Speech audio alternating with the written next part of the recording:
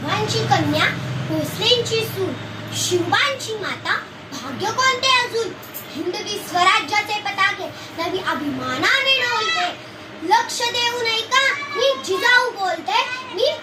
बोलते आमचा जन्म जाधवांच्या घरी झाला तेव्हा घराघरात रांगोळ्या काढल्या गेल्या तोरणे बांधली गेली हत्तीवरून साखर वाटली आणि आमचे नाव ठेवले जिजाऊ आईच्या इच्छेखातर आम्ही 6 भाषा शिकलो शिवबा हे आमचं सर्वात धाकटे रत्न आम्ही त्यांना खूप कठीण परिस्थितीतून घडवले अंगणातली तुळस गोठ्यातली गाय आणि घरातली माय